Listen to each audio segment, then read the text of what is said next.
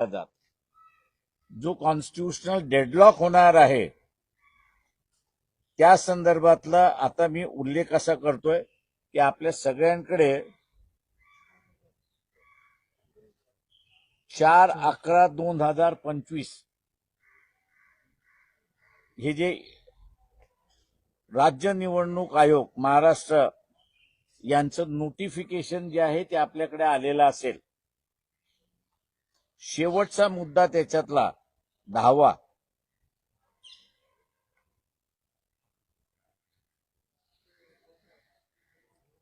परिशिष्ट 1 मध्ये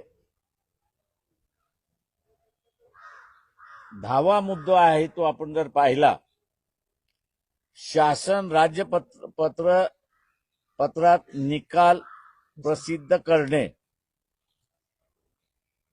ही तारीख जी आहे ती 10/12/2025 ला आहे. त्याच्यामुळे जे काही काउंटिंग होईल त्या काउंटिंगचा असणारा निकाल जो आहे तो राजपत्रामध्ये पब्लिश करण्याची शेवटची जी तारीख आहे ती 10/12/2025 आहे. हा एकदा कार्यक्रम पब्लिश झाला या कार्यक्रमामध्ये सुद्धा सुप्रीम कोर्ट असं म्हणते की इलेक्शन कमिशनला बदल करता येत नाही. त्याच्यामुळे हा बदल कोणी करावा या संदर्भातला आता असणारा घटनात्मक पेच प्रसंग उभा राहिलाय अशी परिस्थिती आहे. एका बाजूला आपल्याला असं दिसतंय की निवडणुकीच्या संदर्भातलं कोर्टाचा हस्तक्षेप हा वाढत चाललेला आहे आणि कुठे नाही कुठेतरी कोर्टाच्या निर्णयामुळे इलेक्शन प्रक्रिया अडचणीत होत चालली अशी परिस्थिती आहे.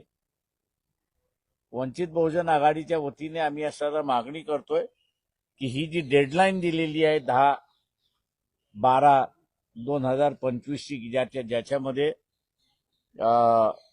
राजपत्रामध्ये निवडून आलेल्या सदस्यांची नावं पब्लिश झाली पाहिजेत. ही डेडलाईन जर करायची असेल तर चीफ जस्टिसने हे प्रकरण आपल्या ताब्यामध्ये घ्यावं आणि त्यांनी दुरुस्ती करून जी थांबवलेली काउंटिंग आहे ती ताबडतोब त्यांनी असणारं त्या ठिकाणी करावी.